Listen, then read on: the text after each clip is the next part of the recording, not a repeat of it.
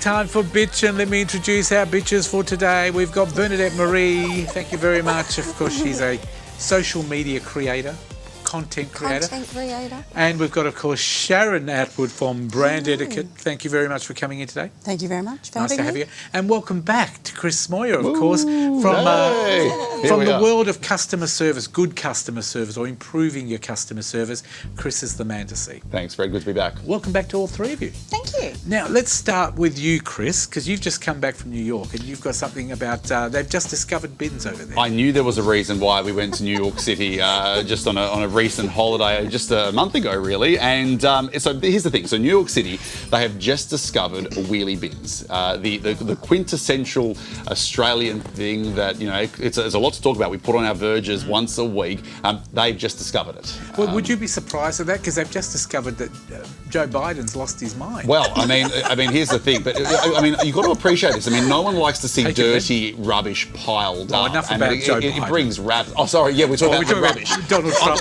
Not American politics. But speaking of rubbish, back to the wheelie bin thing.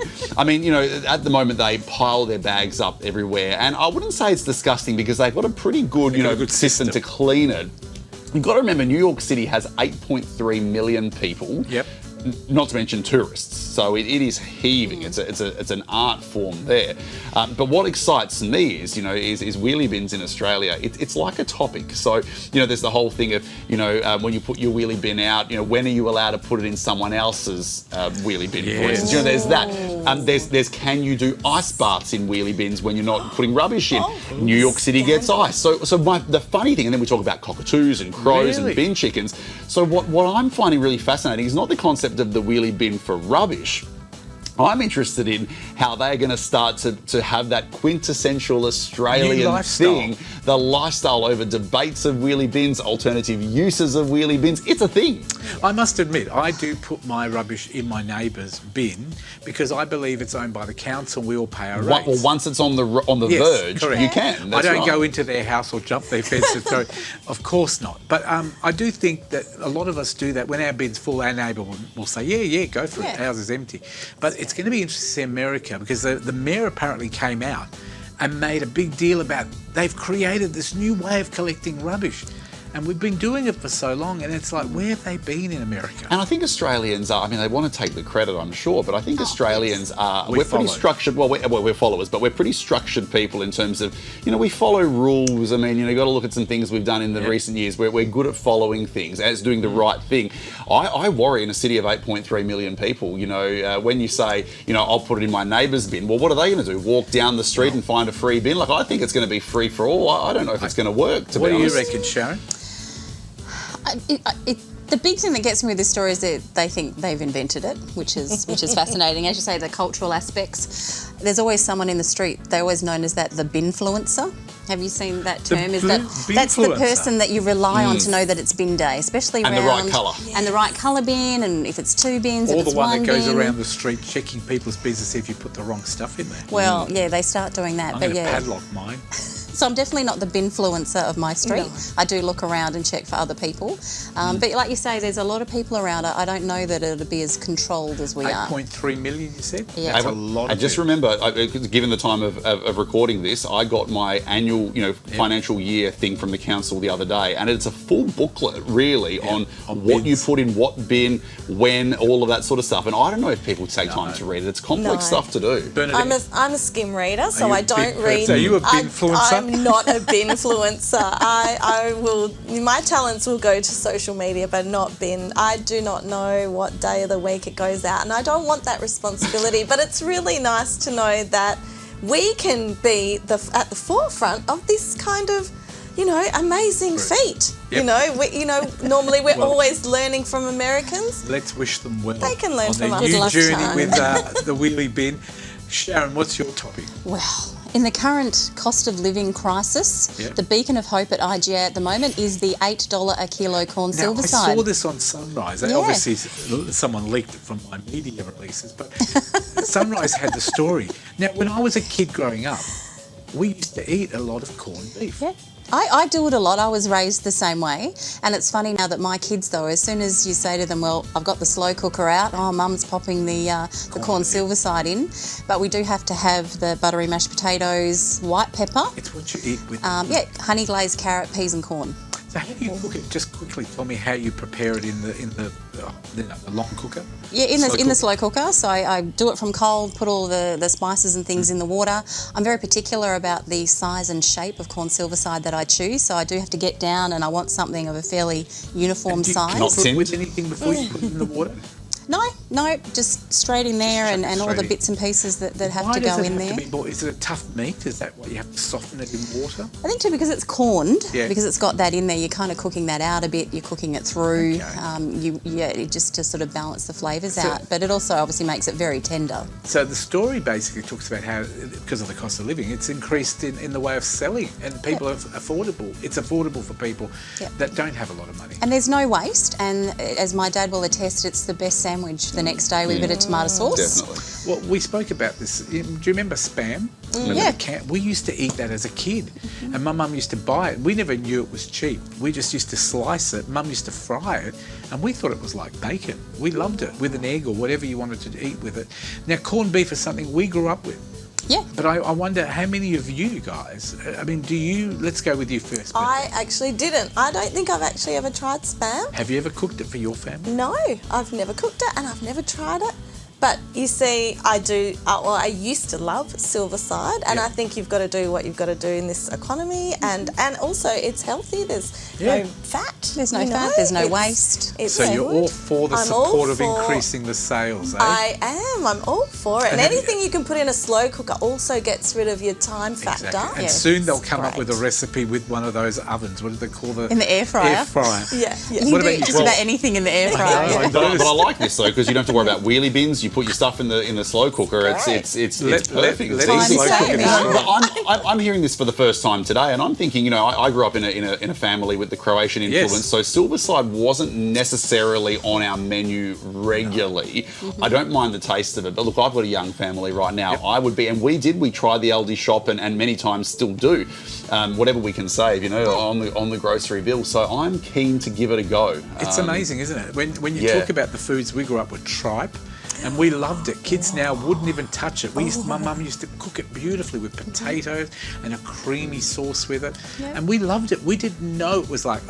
We used to think the luxury, my nanny used to make brawn. Yeah. And when it was Brawn Sunday and you had to go around and help and there'd be all these bits and pieces in the kitchen on the go. Yeah. But you had to help to get your take-home brawn. And we used to eat chicken livers and things like that. And we never knew they were chicken livers. We just thought it was food. But it's amazing how this corned beef, it's become such a popular thing.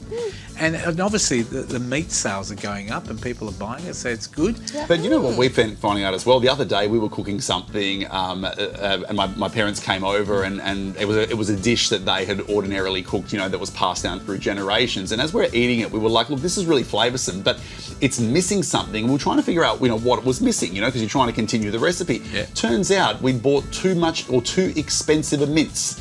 So and it's funny, like no fat.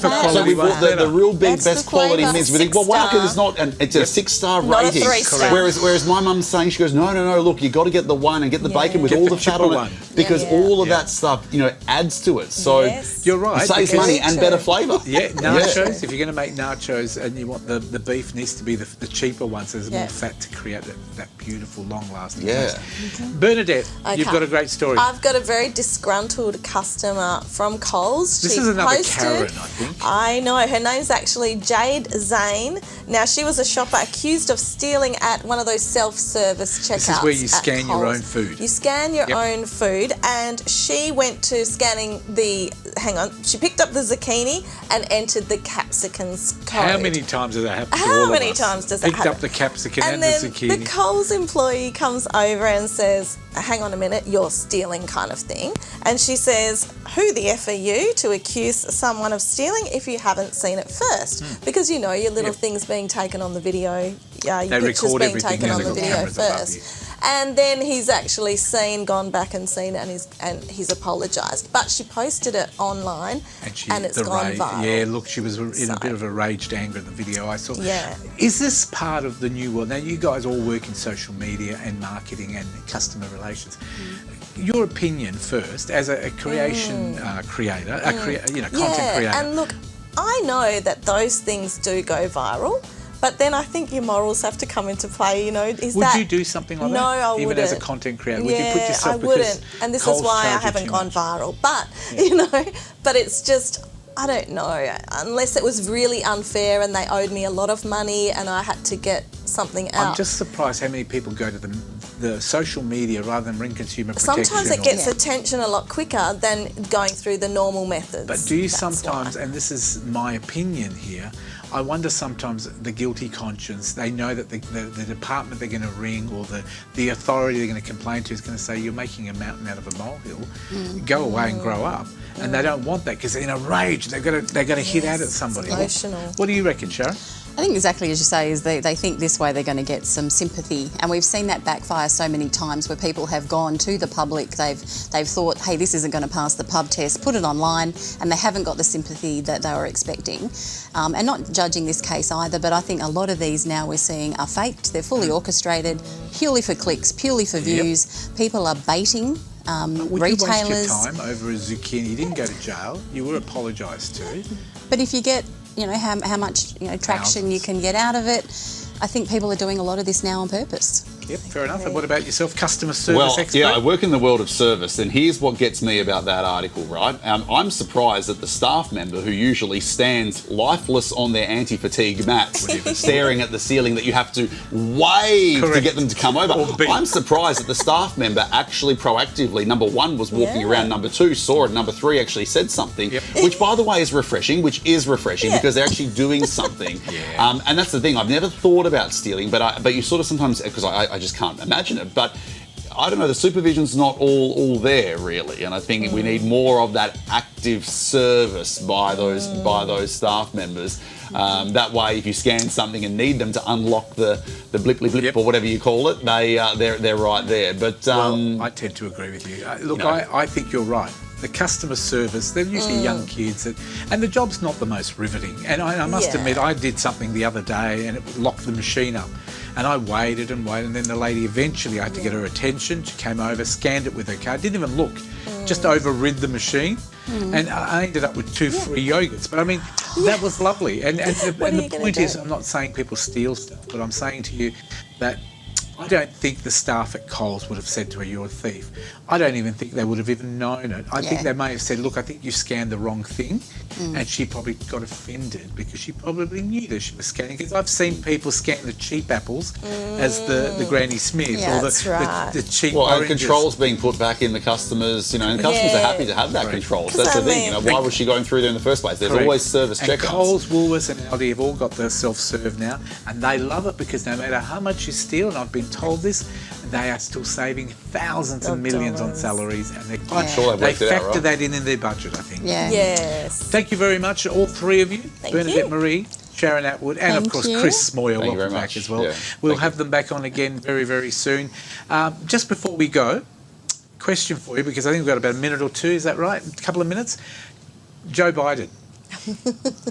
Now, from your own backgrounds, let's go with Chris first. Customer service point of view.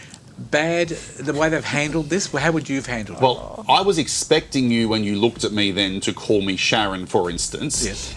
Because that would be the gaff. That's what he did. There and then, to call. So, how many gaffes do you make in the world of presentations? And it's kind of like, how many is tolerable, especially when you've got the immense focus on you. How many excuses? Do you think it's time for him to go? I mean, on a personal level. I think what you see on a personal level, it doesn't scream confidence, it doesn't scream stability, it doesn't scream, it doesn't scream presidential, the office of the president. Yes. We've got to remember it's the on that button he's caretaking the office yeah. of president. Correct. Sharon, what do you reckon? As a brand, would you run that one? I think it's even looking at his brand and also the brand of an entire country that puts their faith behind someone that the world has concerns about. Yep. And I think you step back to that point, and that's another concern that I would have. And would you have him on your content on a podcast? He probably wouldn't remember to be there. He wouldn't turn up. Who's advising He'd this walk guy? away and you'd have to grab him by the hand. Who are his advisors? What do you reckon? All three of you agree he should really maybe stand down. Gotta go. Time to retire. It's time. Unless he flips it around. You remember that was